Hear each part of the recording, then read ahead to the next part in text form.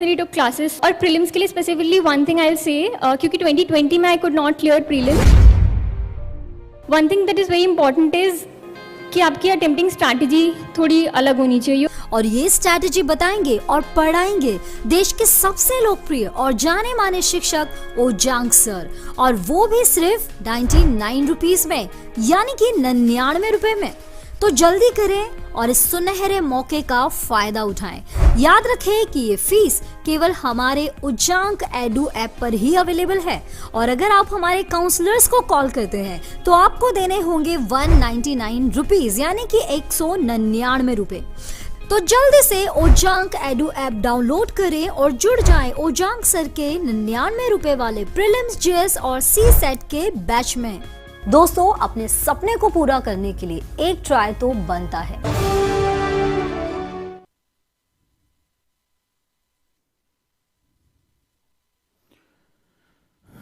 नमस्कार दोस्तों, कैसे हैं आप सभी? आप सभी दोस्तों का बहुत बहुत अभिनंदन, बहुत बहुत स्वागत है। और आज हमारा जो टॉपिक है वो बहुत ही महत्वपूर्ण है आपकी तैयारी के लिए, और वो है कौन सी किताबें महत्वपूर्ण हैं यूपीएससी के लिए। इट्स वेरी इंपॉर्टेंट टॉपिक, क्योंकि बुक्स हमारी पहली एक शर्त होती है कि कैसे हम अपना बेहतरीन और बेस्ट दे सकते हैं। किताबें, चाहे आप सेल्फ स्टडी कर रहे हों, चाहे आप किसी संस्थान के साथ पढ़ रहे हों, बुक्स के बिना आगे आपका सफर बहुत कठिन हो जाता है। सो क्यों ना चलिए हम शुरुआत करते हैं एक महत्वपूर्ण चीजों को समझने की, स्टेप बाय स्टेप समझने की। इस वीडियो में मैं आपसे डिस्कस करने जा रहा हूं कि कैसे आप अपनी, अगर आप बिगिनर हैं तो उस लेवल के हिसाब से बुक्स कैसे सेलेक्ट करेंगे, अगर आप मीडियम या एडवांस लेवल पे हैं तो उसके हिसाब से बुक्स कैसे सेलेक्ट करेंगे, और लास्ट में आपको एक महत्वपूर्ण ट्रिक के बारे में बताऊंगा, जहां पर वीडियो के आखिरी में मैं आपसे डिस्कस करूंगा कि कैसे इन बुक्स को अपना दोस्त बनाते हैं। दोस्तों, अक्सर इससे पहले भी मैंने कई बार क्लासेस में कहा है कि हम बुक्स को नहीं चुनते, बुक्स हमें चुनती हैं। इसीलिए किताबों के साथ दोस्ती दुनिया की सबसे बेहतरीन दोस्ती मानी जाती है। वो दोस्ती जो हमें निश्चित रूप से एक मकसद, एक मंजिल तक लेकर जाती है। दुनिया में कोई व्यक्ति हमें धोखा दे सकता है, किताबें कभी भी हमें धोखा नहीं दे सकती हैं। किताबों की दोस्ती हमेशा हमारे सपनों की दुनिया को हकीकत में बदलने की ताकत देती है। तो अगर किसी से दोस्ती करनी है, एक ऐसी दोस्ती जो पवित्र है, एक ऐसी दोस्ती जिसमें कोई धोखा नहीं है, और वो दोस्ती है किताबों की दोस्ती। अगर लबासना पहुंचना चाहते हो, अगर आईएएस बनना चाहते हो, आईपीएस बनना चाहते हो, तो यकीन मानो किताबों को अपना सबसे अच्छा दोस्त आपको बनाना ही होगा। और आज मैं उन्हीं किताबों के बारे में बात करने जा रहा हूं कि चाहे आप बिगिनर हो, चाहे आप एडवांस लेवल पे हो, अपने हिसाब से आप किताबें चुन लें। क्या दिक्कत होती है जब हम इंटरनेट पर किताबें ढूंढने पहुंचते हैं तो हमारे सामने ढेर सारी किताबों की लिस्ट आ जाती है, और उस कंडीशन में हम ये समझ नहीं पाते कि कौन सी किताब हमारे लिए बहुत बहुत महत्वपूर्ण होने जा रही है। हम अचानक से ढेर सारी किताबें भी खरीद के लेकर चले आते हैं, लेकिन उसको किस रूप में पढ़ना है, कौन सी किताब हमारे सामने बहुत इंपॉर्टेंट है, कब इसको किस स्टेज में पढ़ना है, ये जानना बड़ा जरूरी है। तो आज की मेरी वीडियो आपको, अगर तैयारी की शुरुआत कर रहे हैं, अगर आप तैयारी कर रहे हैं, तो किस स्टेज पे आपको कौन सी बुक्स पढ़नी चाहिए, कौन सी बुक्स नहीं पढ़नी चाहिए, किस बुक्स में क्या खास बात दी हुई है, यह जानना आपके लिए बहुत इंपॉर्टेंट है। तो उम्मीद करता हूं दोस्तों आपको मेरी आवाज बिल्कुल क्लियर आ रही होगी। अगर आ रही है तो कमेंट बॉक्स में जरूर बताएं कि मेरी आवाज आपको क्लियर हो रही है, और आज के इस वीडियो से आप आउटपुट क्या चाहते हैं। प्लीज कमेंट बॉक्स में मुझे बताएं कि आज की इस वीडियो का आउटपुट आप क्या चाहते हैं। अपने प्रश्न आप मुझसे भेजें, अपनी अगली वीडियो आप किस विषय पे चाहते हैं यह भी मुझे जरूर और जरूर बताएं। तो चलिए, अगर रेडी हैं तो आज पेन और पेपर के साथ तैयार हो जाइए। इन किताबों और उसके जो महत्व के बारे में हम लोग शुरू करते हैं एक बड़ी इंपॉर्टेंट चर्चा।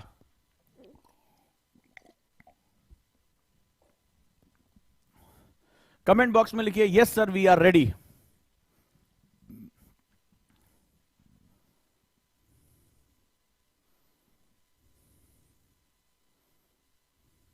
दोस्तों, जैसा कि आप लोगों ने सुना होगा कि टॉपर बार बार ये बात कहते हैं कि एक बुक को कई बार पढ़ना चाहिए। यह आपने अक्सर सुना होगा, लेकिन प्रश्न आता है कौन सी बुक? क्योंकि इंटरनेट पे जाने पर हमें हजारों की संख्या में किताबों के नाम पता चल जाते हैं। क्या हम वाकई में एक एक सब्जेक्ट की हम 35-40 किताबें पढ़ सकते हैं? नहीं पढ़ सकते। क्या हमारे पास इतना टाइम है? नहीं टाइम है। तो चलिए अब हम बात करते हैं आपसे कि कौन कौन सी किताबें आपके लिए बहुत इंपॉर्टेंट है। So let's start this journey.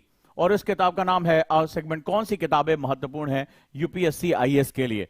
चलिए अपने सपनों को पूरा करने की तरफ चलते हैं, और आज हम बात करते हैं उन सेगमेंट्स, उन किताबों के बारे में जो आपके लिए बहुत ही महत्वपूर्ण है। चलिए, सबसे पहले अगर हम बात करेंगे तो हम लेवल 1 के बारे में बात करेंगे। लेवल 1 यानी जब हम किसी चीज की शुरुआत करते हैं तो डेफिनेटली ये वो टाइम होता है जहां हमें अपना बेस्ट परफॉर्म करना होता है, जहां हमें बेस्ट तरीके से बात करनी होती है। बिगिनर, इसको मैंने लेवल 1 कहा है, जैसे हमारा कॉन्सेप्टर बैच है या एनसीईआरटी का बैच है। तो लेवल 1 वो होता है जहां आप सब्जेक्ट का बेस समझने की कोशिश करते हैं। कई बार जैसे हम अगर इंटरनेट पे गए, हमने पॉलिटी की बुक्स का नाम डाला तो उसमें डीडी बासु की किताब आ गई। अब डीडी बासु की किताब अगर आपके सामने आ जाती है, लक्ष्मीकांत की नाम बहुत पॉपुलर है, लेकिन एक बिगिनर स्टूडेंट जो कि नॉन ह्यूमन बैकग्राउंड से है, वो किसी अन्य बैकग्राउंड से आया है, तो तुम देखोगे उसको बहुत दिक्कत होती है, वो बड़ी परेशानी में पड़ जाता है कि आखिर इसका बेस कैसे बनाए, इसका सब्जेक्ट कैसे बनाए। जहां लक्ष्मीकांत की जहां शुरुआत होती है तो कॉन्स्टिट्यूशनल जो डेवलपमेंट हुआ है, वो लॉज, जहां पर रेगुलेटिंग एक्ट, पिट इंडिया एक्ट, वहां से शुरुआत होती है, तो स्टूडेंट वहां उलझ जाता है। डीडी बसु जहां बहुत गहरी बात करते हैं, बेयर एक्ट खरीद के लेकर आता है, लेकिन सब्जेक्ट डेवलप कैसा हुआ है, सब्जेक्ट का विकास कैसे हुआ है, एक आम आदमी की भाषा में हम इसको कैसे समझ सकते हैं, यह जानना बहुत जरूरी होता है। सेम इसी तरह आज ही हम शुरू करते हैं लेवल 1 की बुक्स में। तो लेवल 1 की अगर हम बुक्स की बात करेंगे तो सबसे इंपॉर्टेंट बुक्स हमारे लिए है और वो है हमारी एनसीईआरटी की जो बुक्स हैं। तो एनसीईआरटी की बुक्स की जो लैंग्वेज है वो सार्वभौमिक होती है, यूनिवर्सल होती है और आप आसानी से इसको समझ सकते हैं।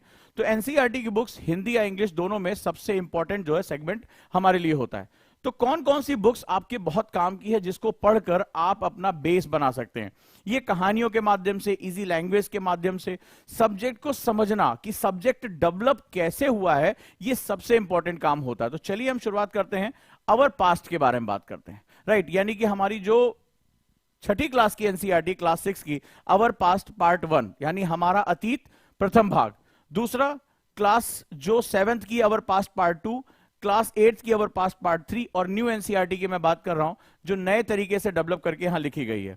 सेम क्लास 9th की India and the contemporary world यानी भारत और समकालीन विश्व, जिसमें भारत उस समय की जो समकालीन राजनीति थी उसके बारे में कुछ छोटी छोटी बातें दी गई हैं। आपको समझ में आएगा, ये पार्ट बहुत इंपॉर्टेंट है, स्पेशली मेंस के लिए बड़ा इंपॉर्टेंट हो जाता है ये पार्ट। राइट, जहां ये तीनों पार्ट प्री के लिए बहुत इंपॉर्टेंट है, वहां ये जो 9th क्लास की एनसीईआरटी इसमें मेंस के हिस्से में मिलते हैं, जहां हमें पता चलेगा, जिसको हम लोग वर्ल्ड हिस्ट्री कहते हैं, कि भारत धीरे धीरे अपने आसपास के, उस समय भारत जब आगे अपना आंदोलन कर रहा था, भारत आगे बढ़ रहा था, विश्व के बाकी हिस्सों में क्या चल रहा था।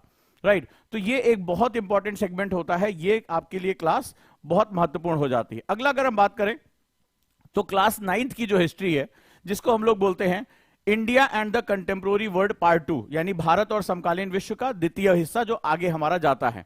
सेम ऐसे ही क्लास 10th की बुक है themes in the world history, विश्व इतिहास में जो थीम्स है, किताब जो है दी हुई है। Themes in the Indian history part 1, themes in the Indian history part 2 और themes in the Indian history part 3। तो थीम्स और अवर पास्ट में क्या डिफरेंस है? अगर हम इससे पहले की किताबें, अब आप सोचेंगे साहब ये इतनी किताबें क्यों? जब अवर पास्ट लिखा हुआ है तो यहां इतिहास कैसे डेवलप हुआ, इतिहास कैसे बना, ये किताबें इनके बारे में है। राइट, ये इनके बारे में है। और जब हम थीम्स में जाते हैं तो थीम क्या होती है? जैसे कहते हैं कि भाई ये पिक्चर रोमांटिक है, ये पिक्चर जो है वो क्या है, ये पिक्चर हॉरर है, ये पिक्चर जो है वो आजादी के विषय पे बनी हुई है, इंडिपेंडेंस पे बनी हुई है। तो हर पिक्चर की एक थीम होती है, ठीक है, ये पिक्चर जो है फलाना के विषय के बारे में है। तो जब हम अवर पास्ट में जाएंगे तो ये वो किताबें हैं, सबसे ज्यादा स्टूडेंट जो गलती करता है वो गलती ये करता है कि इन किताबों के सेगमेंट में वो सोचता है कि 6th 7th 8th हमें पढ़ने की जरूरत ही नहीं है, वो सीधे 11th 12th की किताब पढ़ने की बात करता है। आपने भी ये सुना होगा, अगर सुना है तो प्लीज मुझे कमेंट बॉक्स में बताएं। हाँ सर, हमसे भी ये बात कही कि यार 9th 10th जो है 6th 7th 8th क्लास की एनसीईआरटी क्यों पढ़ रहे हो, सीधे 9th 10th की एनसीईआरटी पढ़ो, 11th 12th की पढ़ो। हाँ या ना, ऐसा आपसे भी बताया हुआ है, ठीक है। तो अभी क्या करना है, आप देखिए क्या दिक्कत हो जाती है। जहां पर ये जो सेगमेंट है यानी 6th 7th 8th क्लास की जो एनसीईआरटी है, ठीक है, उसका सिंपल सा मतलब होता है कि वो पूरे इतिहास का एक पिक्चर आपके सामने रखती है, ठीक है। एंशिएंट, मिडाइवल, मॉडर्न के साथ एक जो है वो एक पूरा पिक्चर आपके सामने रखती है कि हिस्ट्री बेसिकली डेवलप कैसे रहा और हम इसका हिस्सा कैसे हैं, हमारा पास्ट है, हम इसका हिस्सा कैसे हैं। लेकिन जरा अगर हम बात करें, जब आप 11th 12th क्लास की एनसीईआरटी में आते हैं, राइट, तो वहां पर तुम्हें क्या देखने को मिलता है, वहां पर तुम्हें देखने को मिलता है थीम्स। अब थीम्स का मतलब हुआ स्पेशल चीज। जैसे एक पिक्चर है, आपने कहा कि ये लव स्टोरी है, तो लव स्टोरी का मतलब अब इसमें मार धाड़, वायलेंस, हॉरर नहीं होगा, ये एक तरह की एक सॉफ्ट लव स्टोरी है। ये देशभक्ति की पिक्चर है, यानी इसमें क्या होगा, पूरा जो फोकस होगा पैट्रियोटिज्म पे होगा, एक देशभक्ति पे होगा। इसमें जो है फालतू जो है हॉरर, लव, इन सब का एंगल नहीं होगा, कॉमेडी का एंगल नहीं होगा, ये सिर्फ देशभक्ति को बात करेगी। तो जब आप थीम्स पे आते हैं तो आप स्पेशलाइजेशन के टॉपिक्स पे जाते हैं, जैसे हड़प्पा के साक्ष्य पे कैसे रहा, या भारत में जो संवैधानिक विकास हुआ उस पे बारे में कैसे बात हुई।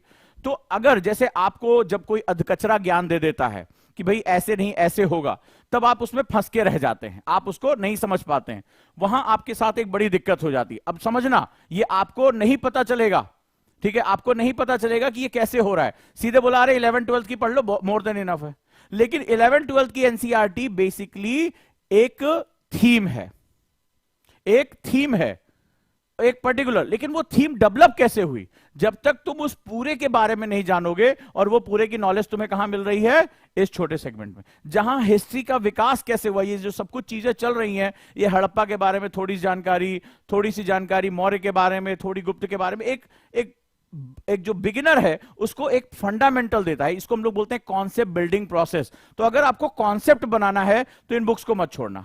इसके बाद ये है स्पेशलाइजेशन, जहां पर हम एक पर्टिकुलर थीम के बारे में बात करेंगे, इसका थीम क्या है, इसका थीम क्या है, और इसका थीम क्या है। तो इस तरह से अगर हम देखते हैं तब जाकर हम अपना बेस जो है वो पूरा कर पाते हैं, उसका अपना बेस हम समझ पाते हैं। क्लियर हुआ? अब समझ में आया? बुक्स को अगर पढ़ते समय आपने गलती कर ली तो आप बहुत नुकसान में रहेंगे, ठीक है। तो ये बहुत इंपॉर्टेंट सेगमेंट है। कई बार हमारे हाथ में किताबें होती हैं और हमें उसका पर्पस ही नहीं पता चलता है। हमें लगता है अरे यार किताब मार्केट में, अच्छा 11th-12th पढ़नी है भाई पढ़ लो, हो जाती है हमसे गलती, और बाद में हमें पता चलता है कि हमने तो सिर्फ फैक्ट को रटा, कॉन्सेप्ट को हमने समझा ही नहीं। और इतना तो आप सभी जानते हैं कि यूपीएससी जो है वो फैक्ट रटने का बहुत बड़ा विरोधी है। वो कहता है कि मुझे आपका इंटेलेक्चुअल चाहिए, मुझे आपको सब्जेक्ट की अंडरस्टैंडिंग चाहिए। वो ये कहता है कि हड़प्पा की सभ्यता को वर्तमान शहरीकरण से जोड़ने की ताकत किस स्टूडेंट में है, और ये उसी स्टूडेंट में होगा जिसने सब्जेक्ट को बड़ी गहराई से समझा होगा। जो रटकर आया वो जान ही नहीं पाएगा, उसने केवल हड़प्पा केवल याद किया था, हड़प्पा याद कर लिया, मोहनजोदाड़ो याद कर लिया, लोथल याद कर लिया, जगह के नाम याद कर लिए। लेकिन क्वेश्चन पूछा गया कि आज हमारे अर्बनाइजेशन की प्रॉब्लम का सॉल्यूशन हड़प्पा में कैसे है, वो इसको लिंक नहीं कर पा रहा है। तो अगर आप एक्चुअली में लिंक करना चाहते हैं तो आपको क्या करना पड़ेगा, बहुत ही डेप्थ में जाकर इसके बारे में बात करनी होगी। अब सेम ज्योग्राफी पे आ जाते हैं। अब जब मैं ज्योग्राफी की बात कर रहा हूं, when I am discussing about the geography, तो भूगोल जो है वो बहुत इंपॉर्टेंट है। हिस्ट्री और ज्योग्राफी ये दोनों सबसे ज्यादा वेटेज लेते हैं यूपीएससी के एग्जाम में, चाहे वो प्री हो चाहे वो मेंस हो, ठीक है, अच्छा खासा। और अगर प्री की बात करें तो एनसीईआरटी की बुक्स प्री के लिए बहुत बहुत ज्यादा इंपॉर्टेंट है, ये बात ध्यान रखिएगा, और ये वेटेज बहुत ज्यादा लेती हैं, ठीक है। अगर हम बात करें तो क्वेश्चन की जो संख्या हो जाती है इन दोनों सब्जेक्ट को मिलाकर 40+ हो जाती है। अगर हम ज्योग्राफी और एनवायरनमेंट को एक पार्ट माने तो ये 40 से ज्यादा क्वेश्चन जो है वो अपने साथ केवल रखते हैं। 100 में से 40%, 45% पेपर इनका एवरेज होता है। तो आप इसकी इंपॉर्टेंस समझिए कितना गहरा है। अब ज्योग्राफी डेवलप कैसे हो रही है, ज्योग्राफी का विकास कितना ज्यादा हो रहा है, इसको समझने की कोशिश करो, राइट। जैसे द अर्थ अवर हैबिटेट, यानी पृथ्वी हमारा आवास, ये किताबें हिंदी और इंग्लिश दोनों में उपलब्ध है।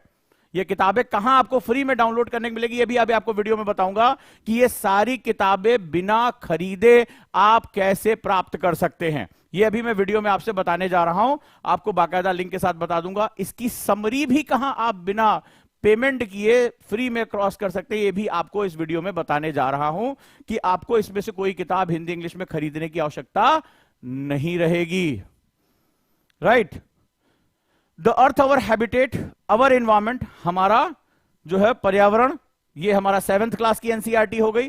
और 8th क्लास की एनसीईआरटी रिसोर्स एंड डेवलपमेंट। अब देखो भूगोल के 3 बड़े इंपॉर्टेंट हिस्से होते हैं, जिसमें या अगर हम बात करें 4 बड़े इंपॉर्टेंट होते हैं। पहला होता है जिसको हम लोग फिजिकल ज्योग्राफी यानी कि हमारा भौतिक भूगोल कहते हैं।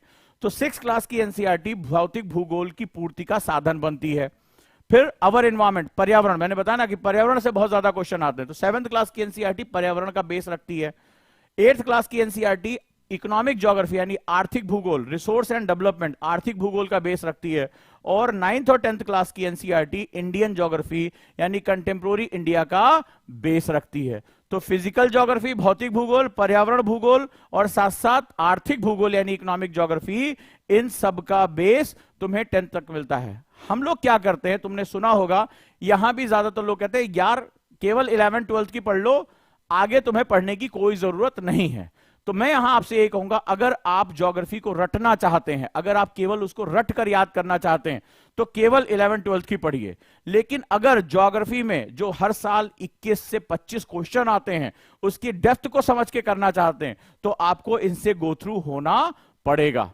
इनको पढ़कर समझना पड़ेगा कि प्राकृतिक पर्यावरण कैसे डेवलपमेंट होता है, कैसे सारी चीजें होती हैं, तब जाकर आप सिंसियर लेवल पे काम कर पाओगे। तो जब हम 11th क्लास में आते हैं तो फंडामेंटल ऑफ फिजिकल ज्योग्राफी यानी भौतिक भूगोल के सिद्धांतों के बारे में बात करते हैं। अब fundamental of physical geography question क्या 11th क्लास की है। अब पहले चैप्टर में जब आओगे तो इसमें सिस्टम अप्रोच के बारे में बताया गया है, इसमें स्पैटियल ज्योग्राफी के बारे में बताया। अब अच्छा, आप मुझे एक अंदाजा बताइए, आप लोग कमेंट बॉक्स में मुझे बताइएगा जरूर कि आपने इससे पहले कभी ज्योग्राफी ढंग से नहीं पढ़ी या पढ़ी नहीं। आप इंजीनियरिंग स्टूडेंट हैं, आप साइंस के स्टूडेंट हैं, कभी आपने नहीं पढ़ी, और पहले चैप्टर में आपको स्पैटियल ज्योग्राफी के बारे में पता चल रहा है। क्या आप वाकई मुझे बताइए कि आप इसको पढ़ने की कोशिश कर रहे हैं, क्या आप स्पैटियल का मतलब समझ पाएंगे? क्योंकि 6th क्लास और 7th क्लास की एनसीईआरटी में ज्योग्राफी के डेवलपमेंट होने का बेस बताया गया है कि कैसे ज्योग्राफी अलग अलग समय में डेवलप हुई। एक सिस्टम अप्रोच दिया गया है। 6th क्लास की एनसीईआरटी में, 7th क्लास की एनसीईआरटी में नेचर एज अ सिस्टम के बारे में समझाया गया। अब आपने आए और आपने 11वीं क्लास की सीधे उठा ली और बोला हम तो इसको पढ़ डालेंगे। आप मुझे बताइए, क्या पढ़ तो लेंगे, हो सकता है रट भी लें, लेकिन क्या आप उसके विकास का क्रम समझ पाएंगे? हां या ना? समझ पाएंगे? मुझे बताइए कमेंट बॉक्स में। एक ईमानदार मुझे चाहिए कि अभी अचानक से पहली बार आप पढ़ रहे हैं, आप बिगिनर हैं, फिर क्या होता है जब आपसे गलती होती है तो आप इस पूरी रेस से बाहर हो जाते हैं। आपको लगता है कि मुझसे कुछ बहुत भारी मिस्टेक हो गई है, मुझसे बहुत बड़ी गलती हो गई है, और फिर आप उसको नहीं सुधार पाते हैं। क्लियर? और फिर हमसे कहते हैं कि साहब हमारा सिलेक्शन नहीं हो रहा है, हमने बुक पढ़ी थी। एनसीईआरटी की बुक सबके पास है, लेकिन जैसे आपने उसको गलत तरीके से इस्तेमाल कर लिया, वो आपको नुकसान कह देंगे। जैसे हमारे खान पान में होता है, तो हमारे बुजुर्ग कहते हैं कि खीरा है, खीरा बहुत अच्छा होता है गर्मी के दिनों में, तो कहते हैं कि सुबह खाए तो हीरा और रात में खाए तो पीरा। मतलब रात में जो कोई खीरा खाएगा तो उसको गैस, अवसाद, इन सब की बहुत समस्या बढ़ जाएगी। सुबह खीरा खा लिया दिन के समय तो भैया हीरा है, मतलब पेट ठंडा रहेगा। उसी तरह एनसीईआरटी की किताबें होने से कुछ नहीं होगा, होगा कि हमें उसको कैसे और किस क्रम में पढ़ना है। अगर आपने उसको कैसे और किस क्रम में पढ़ना सीख लिया, चीजें आपके लिए बहुत आसान हो जाएंगी। क्लियर है? चलिए फिर 11th क्लास की एनसीईआरटी भारत के भौतिक पर्यावरण के बारे में। अब आप पहले से बेसिक पढ़ चुके हैं, एडवांस यहां समझ जाएंगे। फंडामेंटल ऑफ ह्यूमन ज्योग्राफी, मानव भूगोल के मूलभूत क्रम, और India people and economy, Bharat, लोग और अर्थव्यवस्था। तो ये जो किताबें हैं ये ज्योग्राफी के बड़े बेस, यानी कि नेचुरल ज्योग्राफी, फिजिकल ज्योग्राफी, आपके इंडियन ज्योग्राफी, इकोनॉमिक ज्योग्राफी और एनवायरमेंटल ज्योग्राफी को ये कवर करता है। कुछ भी छोड़िएगा, हिस्ट्री और ज्योग्राफी की एनसीईआरटी किसी हिसाब से भी मत छोड़िएगा। राइट, ये याद रखिएगा आप। अब आप मुझे कमेंट करके बताइए कि आप में से कितने लोगों ने इसमें से कौन कौन सी किताबें कवर कर ली हैं। क्या आपको ये किताबें फ्री ऑफ कॉस्ट चाहिए? आप मुझे बताइए, तो मैं आपको बताऊं ये किताबें आपको कहां मिलेंगी। कितने लोग मुझे बताएंगे सर ये बुक्स मुझे फ्री ऑफ कॉस्ट पीडीएफ चाहिए, मुझे इसका जो है वो क्रक्स चाहिए, इस पर मुझे क्वेश्चन चाहिए कि मैंने पढ़ लिया, मुझे इस पे क्वेश्चन अटेम्प्ट करने हैं। तो मुझे कमेंट बॉक्स में जरूर बताएं कि किसको किसको ये किताबें, कितने लोगों ने ये पढ़ ली हैं, कितने लोगों को पढ़नी है, कितने लोगों को ये पीडीएफ चाहिए, वो कमेंट बॉक्स में मुझे जरूर बताएं। अब पॉलिटी के बारे में बात करते हैं, राजनीति विज्ञान के बारे में। तो राजनीति विज्ञान की अगर हम बात करें तो क्लास 9th की political science, democratic politics, basically democratic politics की अगर हम बात करें, यानी कि हम लोग प्रजातांत्रिक जो राजनीति है उसके बारे में बात करते हैं, तो सबसे पहला है कि जो पूरी दुनिया में प्रजातंत्र, यानी कि जहां पर for the people, of the people and by the people, ये हमारे लिए बहुत जरूरी है, वो हमें कैसे मिलेगा।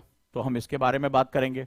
ठीक है, तो विकास कैसे हुआ, आखिर ये लोकतंत्र, भारत को कहते हैं ना कि भारत सबसे ज्यादा आबादी वाला लोकतंत्र है, तो आखिर ये लोकतंत्र है क्या, इसकी चुनौतियां क्या है, ये समझना बड़ा जरूरी। इसके बिना तुम ये समझ ही नहीं पाओगे कॉन्स्टिट्यूशन क्या काम कर रहा है, प्रियम्बल क्या काम कर रहा है, कौन सी वो इकोनॉमिक इक्वलिटी की बात कर रहा है, समता समानता क्या है, डीपीएसपी क्या है, लोक कल्याणकारी राज्य कैसे बनेगा, फंडामेंटल राइट्स क्या हैं, ड्यूटीज क्या हैं, नहीं समझ पाओगे जब तक तुम नहीं समझ पाओगे कि लोकतंत्र में जनता को केंद्रित कर कर क्या बातें कही गई हैं। इसी तरह क्लास अगर हम 9th से शुरू करेंगे तो पॉलिटिकल साइंस में आप 6th 7th 8th ना भी पढ़ें चल जाएगा। 9th क्लास की आप एनसीईआरटी से शुरू करेंगे चल जाएगा, क्योंकि मैंने क्या बताया, सबसे ज्यादा एडवांटेज, सबसे ज्यादा वेटेज किसका होता है आईएएस में, प्रीलिम्स में, हिस्ट्री और ज्योग्राफी का। इसीलिए एनसीईआरटी मैंने आपसे कहा था 6 to 12, लेकिन यहां मैं आपसे नहीं कह रहा हूं 6 to 12, यहां मैं कह रहा हूं 9th क्लास में आ जाओ, फिर 10th क्लास में चले जाओ, जो हमारे काम का है। आप 6 7 8 मत पढ़ो, ठीक है, उसमें तुम्हारे ऐसी जानकारियां जो अभी हमारे बहुत ज्यादा काम की नहीं है, हमारे सिलेबस के अकॉर्डिंग ये है। अब आप आ जाओ इसमें 11th क्लास में political science, India constitution and work. अब आज अगर भारत के संविधान को समझना चाहते हो तो ये किताब तुम्हें बहुत काम देने, कैसे हमारा कॉन्स्टिट्यूशन डेवलप हुआ, विकसित हुआ, उसका नेचर कैसे विकसित हुआ, अगर ये आप समझ जाओगे तो आपको बहुत ही आनंद आएगा।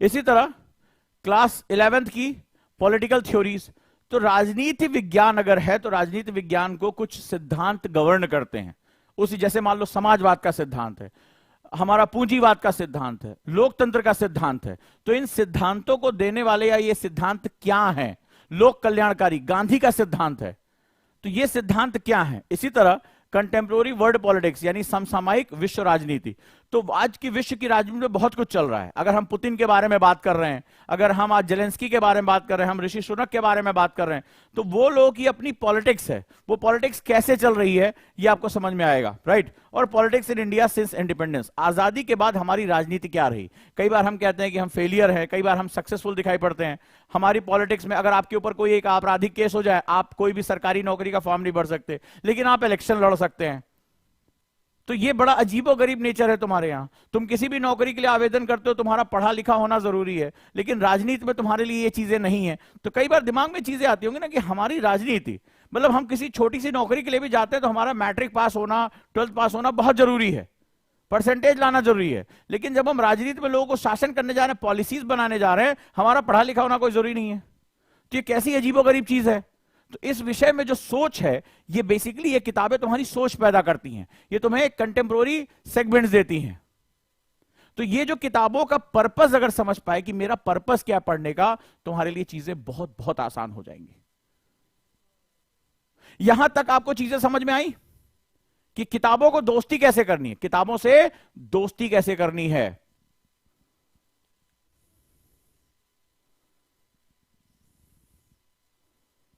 अब जैसे किसी बच्चे ने कहा कि सर मैं 11th क्लास में हूं, क्या करूं। आप अपनी एनसीईआरटी की बुक्स को या सीबीएसई की बुक्स को बहुत ध्यान से पढ़ो, एक थॉरो रीडिंग करो ही करो।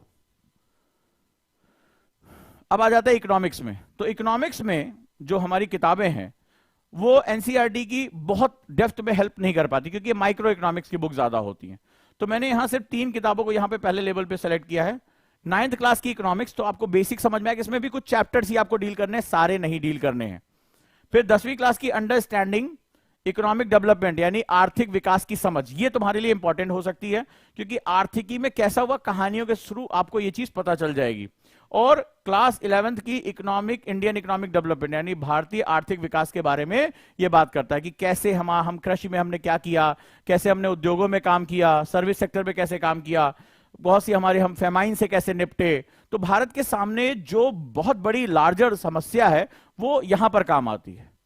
अब तुम्हें करना क्या है इन किताबों के साथ, तुम्हें अंडरस्टैंडिंग डेवलप करनी है जो आपने पॉलिटी में पढ़ा और जो इकोनॉमिक्स में पढ़ा, क्योंकि पॉलिटी और इकोनॉमिक्स कभी अलग नहीं चल सकती हैं। यानी राजनीति और अर्थशास्त्र अलग नहीं चल सकता, राजनीति अर्थशास्त्र को और अर्थशास्त्र राजनीति को गवर्न करता है, ये बात याद रखना। ये अंडरस्टैंडिंग अगर तुमने डेवलप कर ली तो ये आपके लिए बहुत इंपॉर्टेंट हो जाएगी। क्लियर है। इसी तरह क्लास 12th में इंट्रोडक्टरी माइक्रो इकोनॉमिक्स, राइट। तो जो मैं इसमें केवल छोटा सा पार्ट आपको करना है, बाकी आपको इसमें चीजें नहीं करनी है। साइंस एंड टेक के लिए आप कुछ सिलेक्टेड बुक जैसे 9th और 10th की बुक्स आप कर सकते हैं, ठीक है। आप बेसिक हिस्ट्री बुक्स को कर सकते हैं। ज्यादातर साइंस में करंट का पार्ट ज्यादा आता है, तो साइंस की बुक्स बहुत ज्यादा रिकमेंड नहीं की जा सकती। बेसिक के लिए आप 9th क्लास तक की एनसीईआरटी या 10th क्लास तक की एनसीईआरटी आप पढ़ लें। इसके बाद ये साइंस एंड टेक का पोर्शन यानी करंट अफेयर्स से ये चीजें ज्यादा आती हैं, करंट अफेयर्स की चीजें इसमें ज्यादा महत्वपूर्ण हो जाती हैं। अब आगे हम बात करते हैं समझने के लिए,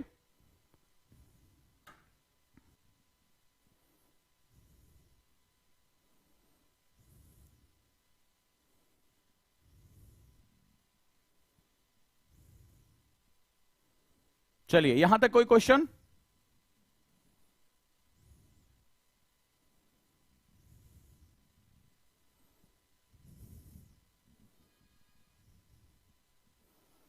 अब आपको यह करना है कि आपको हमारी वेबसाइट पे जाना है www.ojankedu.com, राइट। और उसके पश्चात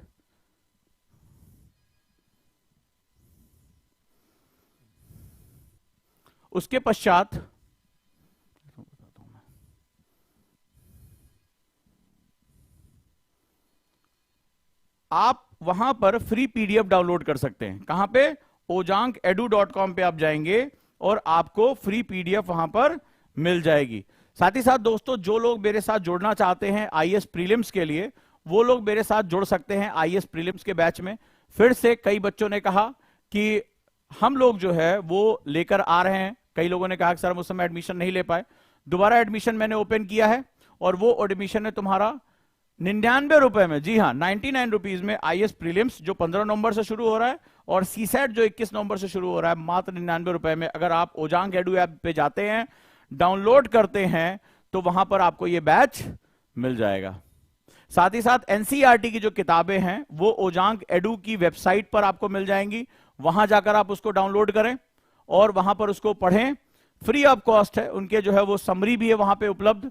तो ओजांग OJNN के ओजांग एडू की वेबसाइट पे आप जाएंगे और वहां पर आप उसको डाउनलोड करेंगे। क्लियर है? और 99 के बैच के लिए आप ओजांग एडू की ऐप पे जाएंगे और ऐप पे जाके आप पेमेंट करते हैं तो 99 रुपीज में आपको जीएस प्रीलिम्स, जी हां, और मैं उसमें पढ़ा रहा हूं, मैं क्लास की शुरुआत करूंगा और आप लोग उसके साथ जुड़े। सीसैट भी मात्र 99 रुपए में, और मेरी टीम यहां फॉर्म भी शेयर कर रही है।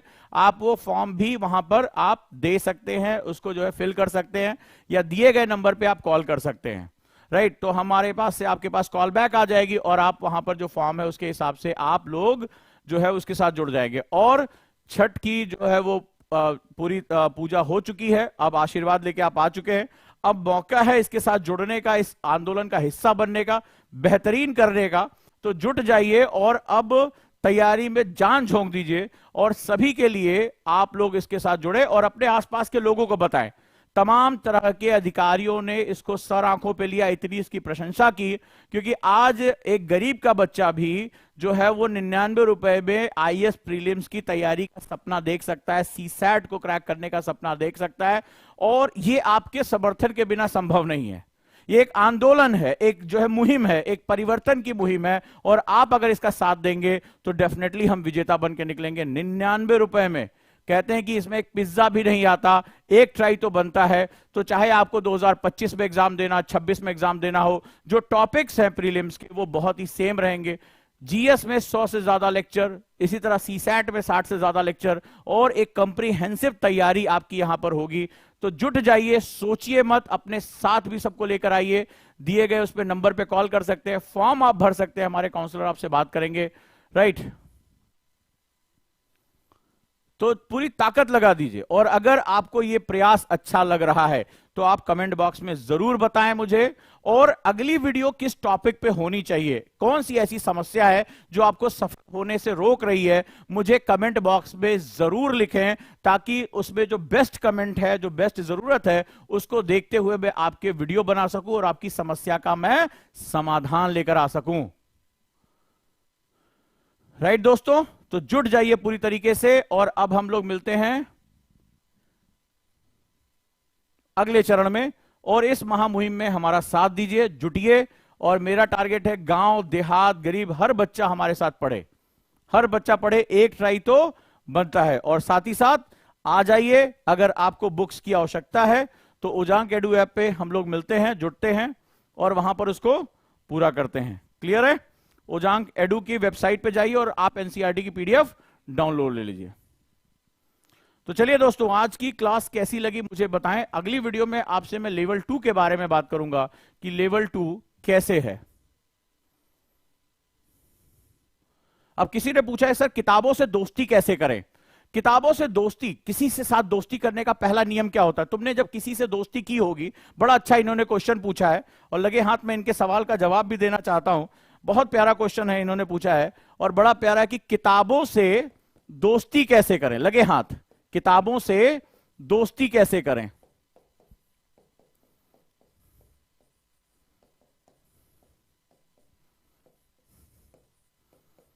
किताबों के नाम तो पता चल गए, लेकिन ये एनसीईआरटी किताबें मेरी दोस्त बन जाए, क्या करें? सिंपल सा फंडा है, जरा ध्यान से देखो।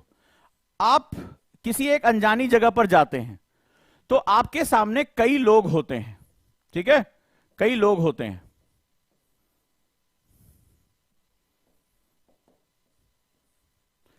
आप सबको अपना दोस्त नहीं बना पाते। दोस्ती का पहला नियम है आप किसको समझते हैं, कौन आपके जैसा है, कौन आपके साथ जो स्माइल से बात कर रहा है।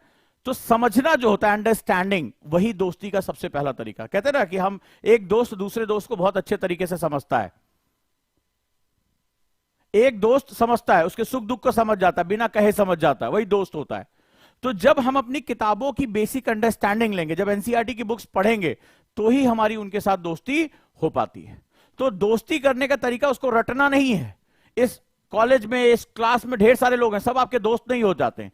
किसी एक से हमारी ट्यूनिंग बहुत अच्छी बैठ जाती है और हम उसके साथ जुड़ जाते हैं। यही मैं आपको आज इस क्लास में बताने की कोशिश कर रहा था और यही समझाने की कोशिश कर रहा था कि कैसे आप एनसीईआरटी आंदोलन के साथ जुड़ सकते हैं, एनसीईआरटी बैच का हिस्सा बन सकते हैं, राइट? तो वो भी हमारे इस पर्टिकुलर बैच में आप सभी का बहुत बहुत स्वागत है आपका। तो चलिए दोस्तों, आज ये कैसा लगा क्लास मुझे जरूर बताइए और पढ़ाई करते रहिए, किताबों से दोस्ती करते रहिए।